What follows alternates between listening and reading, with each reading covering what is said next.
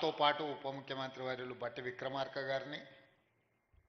శాసన మండలి చైర్మన్ పెద్దలు సుఖేందర్ రెడ్డి గారిని, శాసనసభ స్పీకర్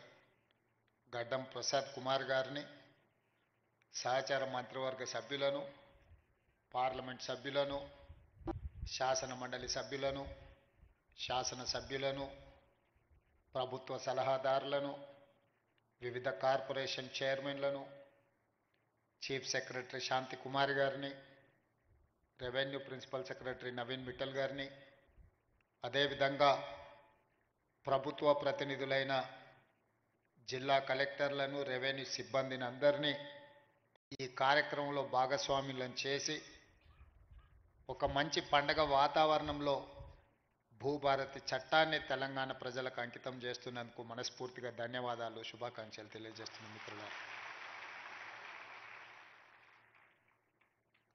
మిత్రులారా, మిత్రులు బట్టి విక్రమార్క గారు చెప్పినట్టు ఈ ప్రాంతం వందల సంవత్సరాల నుంచి జరిగిన పోరాటాలన్నీ కూడా భూమి చుట్టూతోనే పరిభ్రమించినాయి. ఆనాటి కొమరం భీముడు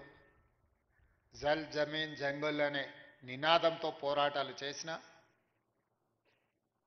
ఆ తర్వాత నిజాం ప్రభువులకు వ్యతిరేకంగా భూమి కోసం, భుక్తి కోసం, విముక్తి కోసం చాకలి ఐలమ్మలు, దొడ్డి కొమరయ్యలు గలమెత్తిన ఆ తర్వాత ప్రజాస్వామిక దేశంలో దున్నేవాడికే భూమి అని కమ్యూనిస్టు సోదరులు పోరాటాలు చేసిన ఈ పోరాటంలో అమరులైన ప్రతి ఒక్కరూ భూమితో తమకు ఉన్న అనుబంధాన్ని ఆధారంగా చేసుకొని చేసిన పోరాటాలు. ఆ పోరాటాల నుంచి పుట్టుకొచ్చిన రెవెన్యూ చట్టాలు ప్రజల యొక్క సమస్యల్ని శాశ్వతంగా పరిష్కరించే దిశగా ఉండాలి అని చెప్పి ఆనాడు కాంగ్రెస్ ప్రభుత్వం, శ్రీమతి ఇందిరాగాంధీ గారు భావించారు. భూమి అనే చర్చ ఎప్పుడొచ్చినా బూరుగుల రామకృష్ణారావు గారు కావచ్చు, పి నరసింహారావు గారు కావచ్చు, శ్రీమతి ఇందిరాగాంధీ గారి నేతృత్వంలో జరిగిన భూసేకరణ, ఒకనాడు వేలాది ఎకరాలు జమీందారులు, జాగీర్దారులు, భూస్వాముల దగ్గర ఉన్న భూములను అగ్రికల్చర్ సీలింగ్ యాక్ట్ తీసుకొచ్చి భూ పరిమితి చట్టాలు తెచ్చి వాళ్ళ దగ్గరున్న లక్షలాది ఎకరాలను ప్రభుత్వం వాళ్ళ నుంచి తీసుకొని దళితులకు, గిరిజనులకు, ఆదివాసీలకు, బలహీన వర్గాలకు ఆత్మగౌరవం తెచ్చే భూ కేటాయింపులు కాంగ్రెస్ ప్రభుత్వం, శ్రీమతి ఇందిరాగాంధీ గారు చేపట్టారు. అదేవిధంగా వారసత్వంగా వచ్చిన భూములు కావచ్చు, తమ శ్రమతో కొనుగోలు చేసిన భూములు కావచ్చు, అటవీ భూమి హక్కుల చట్టం ప్రకారం ఆదివాసీలకు ఇచ్చిన పోడు భూముల పట్టాలు కావచ్చు, ఈ అన్ని భూముల యొక్క హక్కులను రెవెన్యూ శాఖ భద్రంగా పొందుపరిచి వాళ్ళ హక్కులను ఆనాడు పటేల్ పట్వారీ వ్యవస్థలో గ్రామాలలో పట్వారీలు భూముల వివరాలను నమోదు చేసేవాళ్ళు. ఆ పట్వారీలు నమోదులు చేసిన భూముల వివరాలు పటేల్ పట్వారీ వ్యవస్థ రద్దు కావడంతో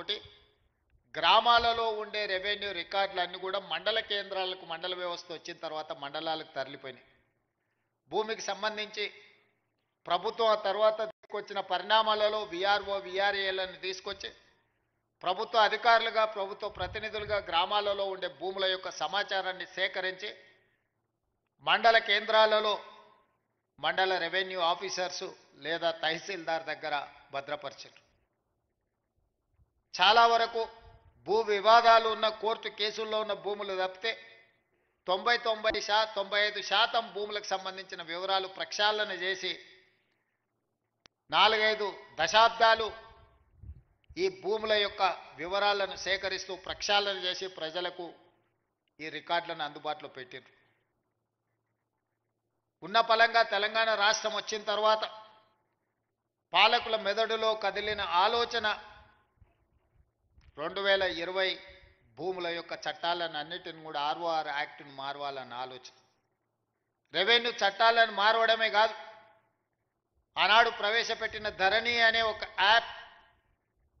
ఈ ప్రాంత ప్రజలకు రైతులకు ఒక పీడకలగా మారి ఇంతకుముందు మిత్రులు బట్టి విక్రమార్క గారు చెప్పినట్టు ఒక తహసీల్దార్ మీదనే పెట్రోల్ పోసి తగలబెట్టే పరిస్థితి. ఇబ్రహీంపట్నంలో